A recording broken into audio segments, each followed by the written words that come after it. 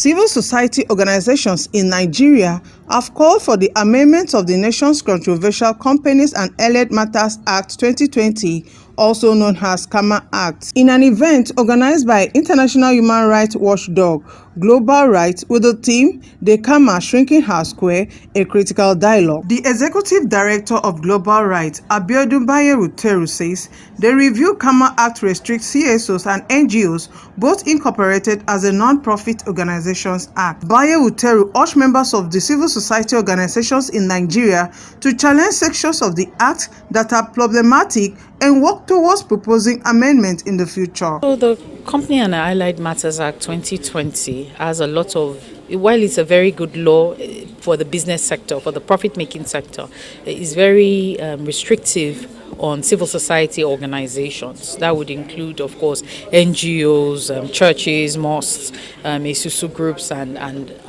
everybody incorporated as a non-profit under the CAC. It's our duty to collectively think about these issues and challenge them.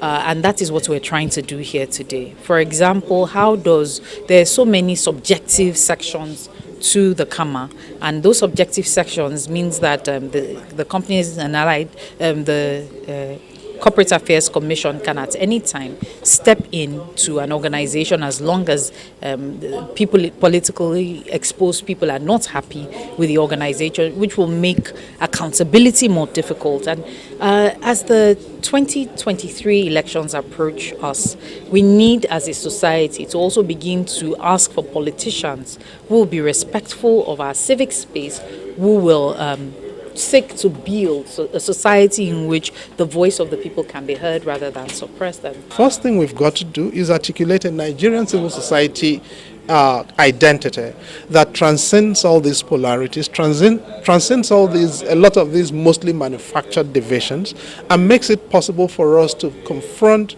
the dangers that civil society faces on a level that recognizes it as existential. It also means that we've got to recognize the issues that matter to our people. Hunger is important. Violence is important. Students staying at home and not doing anything for aeons is important. Violence against women is terribly important. A lot of women are being destroyed in intimate relationships, traded, trafficked, children wasted. Now, we are not recognizing these at the level of the dangers they pose to our society.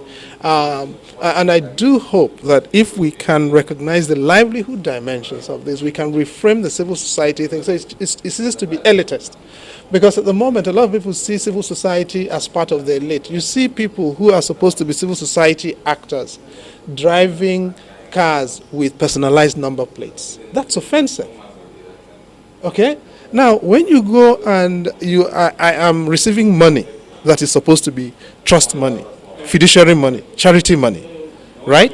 And I buy a 2019-2021 Range Rover, and I call it Chidi 01. That's very offensive. And when people see that, they will think you're not doing what you're supposed to do. And the politicians make you fair game as a result. And you're not able to win the trust of the people. So I can understand people who think civil society has missed its mission.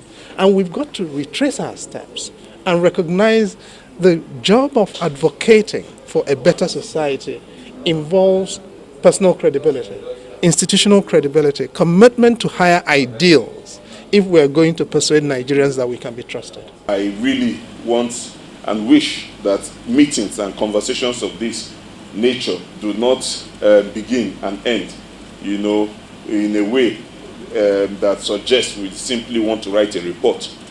Let it be a movement. Let it be something that, remains at the top of our agenda as civil society organizations and civil society practitioners. One of the conversations I've heard, particularly from policymakers and from those in government, they make us understand, especially people who are engaged with governors, senators, they say, Charles, this is happening across, Africa. Yes, it's true. This is not just in Nigeria. In Ethiopia, the draconian law there is even much more advanced than what we have in Nigeria. That is not an excuse. I don't care. This is Nigeria. It's our country. So there is no legitimacy or excuse that it is happening in other countries, so it should happen here. If we only use the bad practice to give example, why don't we use the good practices of so many other benefits happening in African countries? Why are we not using it here? So there is no legitimacy in that argument. This is our country. We will decide how it should work for us based on what we think is best for us. It is our country. What we've seen from the development of CAMA 2020 was a deliberate attempt to exclude the voices of civil society from the enactment of the amendment to the CAMA, and also to position civil society as a group that needs to be under intense scrutiny. This has not only increased burden, but it has also increased suspicion among beneficiaries, because a lot of the work we do is built on trust.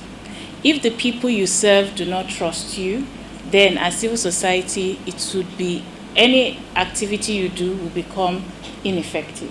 I'm hoping that this meeting, which would be one of several we'll have, would begin to sensitize people and make people come alive to what their responsibilities are.